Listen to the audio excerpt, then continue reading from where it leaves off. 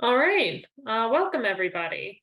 It's 11 o'clock Eastern time over here, so we're going to go ahead and get started. My name is Julie Peck. I'm a member of the LSIC Surface Power Focus Group, one of the focus group facilitators. And I'm going to start us off today by going over the breakout sessions from yesterday. So I'm just going to share my screen over here. All right, and if some of my panelists could give me a thumbs up if they can see. Great, thank you. Awesome. So yeah, thank you everybody so much who stuck around for the breakout sessions yesterday. We had a really awesome session. Big thanks also to Sam Andrade, who isn't here right now, but she put together the Miro boards that we used to talk. So essentially we went through kind of some reliability related questions about 3 different avenues of power. We talked about power generation, energy storage, and power distribution. And then we kind of put all of those concerns together to say, what are some general issues that might come up for a fully integrated power grid? So I'm going to call on Matt and Sean and Wes to each talk a little bit about what their groups talked about in those 3 different paths, and then I'll wrap us up with the integrated power grid. Yeah, I was in the power generation group. We had a great discussion. Special thanks to Morgan and Brian for sticking around so long to keep giving us great feedback. So yeah, like Julie said, our group focused on the power generation track. We kind of weighed some reliability questions with respect to solar and nuclear on the moon. Major takeaways, the first question that we discussed, looking at different risk quantification metrics and ways that we can test and plan for these metrics to try and figure out what can go wrong. Really, the discussion mostly focused on what could go wrong, and this was kind of a theme. Dust being a major concern was kind of a theme throughout our entire discussion. 45 minutes we were there. So in particular, dust effects on radiators for FSP was something that we discussed. As far as the next question, reliability and availability and maintainability concerns, we really talked a lot about maintainability, and you'll see as we continue to go through these slides, maintainability is a thread that I think the community really was driving towards. In particular, something that I wanted to highlight, and the other panelists will speak to this as well. Something that we talked about is, thinking ahead about succession planning, right? Or, the things we send up there, we want to be able to have a plan for if we're going to upgrade them or refit them, and what happens when they're beyond their design lifetime. Something similar to how we refit ships today in the Navy, right? You're going to spend all those resources into getting something up there. It would be great if it was something that instead of having to land a whole new widget, you could in 10 years or 15 years upgrade. Uncertainties that we should accept and uncertainties that can be mitigated. Most of this conversation, we kind of focused on the technologies independently. The obvious one being that there's just going to be absolutely no way that we're going to launch a fully tested reactor with spent fuel inside it. So it's just going to be something that we are going to have to accept. But there's also takeaways and negatives for both technologies as well. Kind of our main takeaways from this discussion, people really think that the best way to move forward is prioritizing simple, reliable systems. And yeah, that was the major takeaways from our group. And I'll pass it on to Sean, I think, who is in the next group. All right, thank you, Matt. Right, so our group focused on energy storage, so regenerative fuel cells as well as batteries. For the first question, we really focused on what can go wrong, and there was a lot of talk about environmental effects, so thermal cycling of both RFC components as well as batteries, as you go in and out of the lunar night. For RFCs, you have fluids, and that becomes a bit of a problem. Other environmental impacts you have to think about are micrometeoroid impacts that can burst fuel lines or damage batteries. You also have some more intrinsic failures due to the fact that RFCs have more moving parts than batteries do. And then there are also some lifetime concerns for both. Moving on to sort of the reliability and maintainability discussion.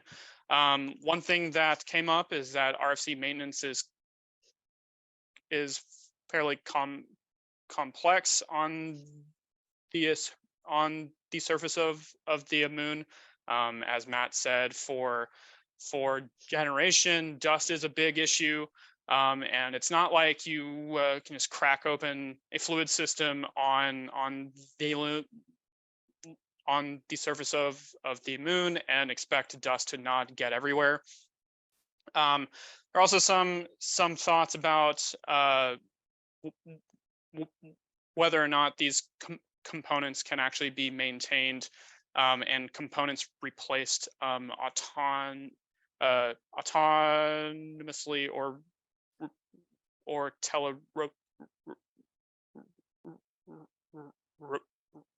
robotically or not. For the uncertainties questions, there was some discussion about critical versus non-critical systems. Sort of the conclusion that was reached there was for critical systems, the amount of uncertainty that you can accept is very low, and you really have to buy that down with testing on the ground as much as possible. However, that because the lunar environment, especially at the poles, is so uncertain, there's only so much of that you can do before the first Artemis before the first couple of Artemis landings and Eclipse landings. So really what you have to do is you have to accept that some of your components will have a finite lifetime and build in either the redundancy or the replacement capability in. And finally, the major big takeaway is sort of a summary of all that. You have both failures that are possible due to manufacturing defects, as well as external factors like the lunar environment,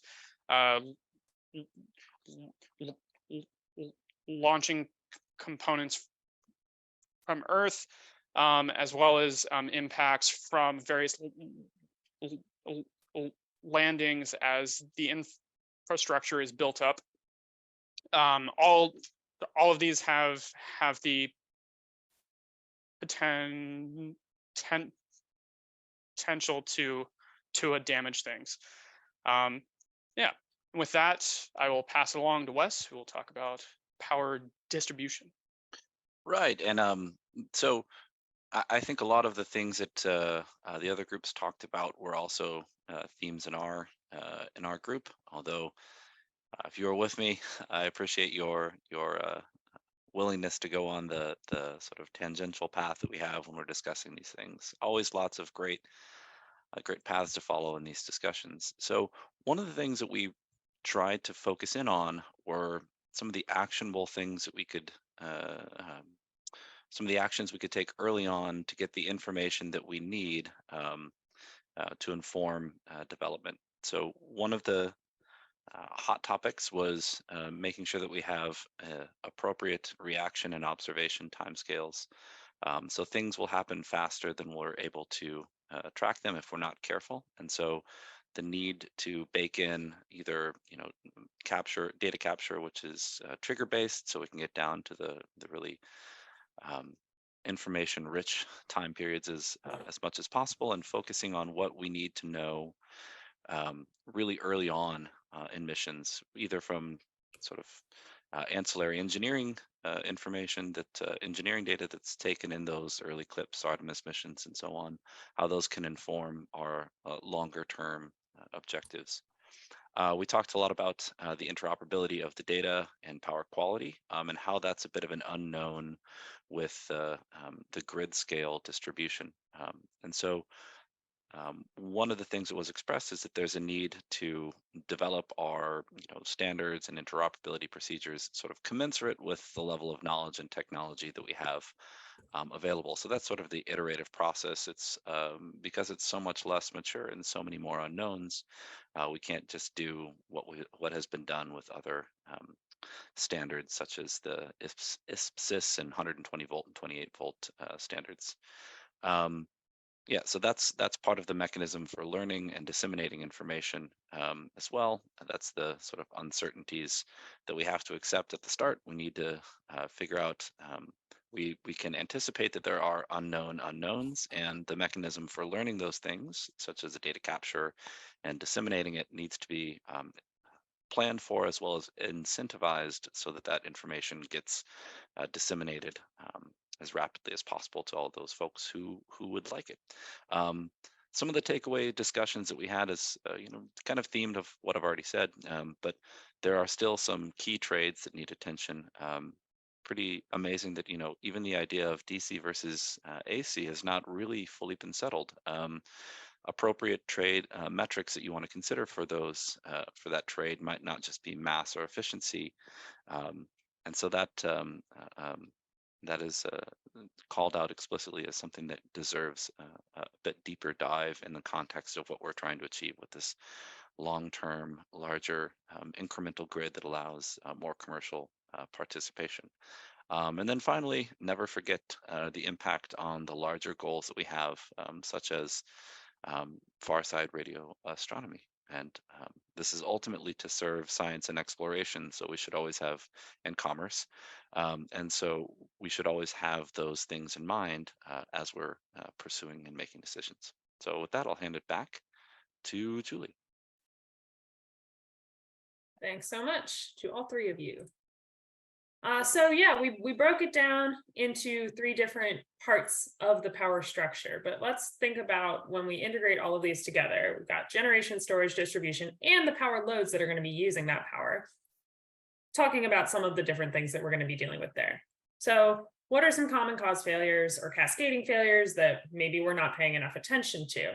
Every single session expressed concerns over managing an ecosystem of lots of different organizations so that the entire system stays reliable as the grid evolves. And this kind of ties back to some of the discussion we had during the panels yesterday. When we have so many entities working on a single project, how do we ensure reliability? That's something that we're going to have to talk about. One that I think we're all aware of, but is important enough to be brought up again, is the effects of the lunar environment, particularly long-term effects on, all of these different components. What is the dust going to do? What are meteoroids going to cause problems with? We're going to have to be really thinking about that and how that concern will evolve as a system gets older. We have a lot of other common themes across the different groups, kind of talking about incorporating lessons that we've learned on Earth. So how do we work with Earth-based power grids, and what are the processes there for, working on a specific part and not ruining the whole grid, not taking the whole thing down. There are lots of possible ways that things could fail just from other factors that maybe aren't the foremost thing to think about, but there are cyber attacks, there's thermal cycling issues. And once again, we've mentioned the lunar environment because we all just know that that's going to be the biggest risk. So how does designing for maintainability change the grid ConOps? So I touched on this a little bit on the last slide. We want to design for maintenance from the start. If you need to do repairs on a small portion of the grid because something has gone down, how do you design it in such a way that that's not going to affect the entire rest of the system, that it's not going to take down any of your critical loads? This group also, or rather all groups, talked a little bit about geographic diversity and what is the right way to balance having a spread out grid versus a more geographically centric grid. So if you've got a big spread out grid, then yeah, you can be fairly confident that local events won't affect the whole thing. But you have to consider that if you need to repair something and it's 15 kilometers away, it's a little bit harder to get out there. Just spatially, it's going to take a little more time. So they're kind of a balance that's going to have to be struck there. And lots of other little things that we talked about. Just the ability of maintenance to be performed during operations. You know, you can have planned things, but you want to make sure nothing that's ongoing goes down just because you're working on part of the grid. We want to make sure that vital loads have continued power between the failure and whenever this maintenance is finished. We want to have longer wait times to commence maintenance due to limited lunar surface access. We have to be aware that that could be an issue. Robotic maintenance is still going to require power. You can't drive your robot without power. And it's also going to mean a lot of balancing of duty cycles on connections. So we're going to have long connections that will be very important.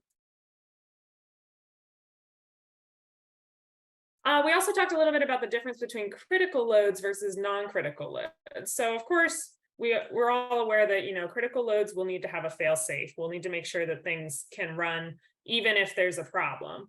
But we also want to think about the non-critical loads, the, you know, maybe not as essential science missions, the things that are still lots of money that's up there on the moon. And we want to make sure that we're getting the best possible outcome from those. We're going to have to think about, you know, what's the best way to restore power to a non-critical load that probably went down during an outage because it wasn't the priority. One of the best ways we could do this is to set up a flagship grid mission. I think that would be awesome to enable high to low reliability technology participation. We can take a look at the grid control uncertainty and say that's not, we can't have uncertainty there. We need to know what is going to be the most critical thing to keep running versus how are we going to bring back systems that may have gone down during an outage. And then finally, we need to make sure that we're identifying those critical loads early in the design phase. We need to know what is going to be requiring that constant power and those fail-safe modes.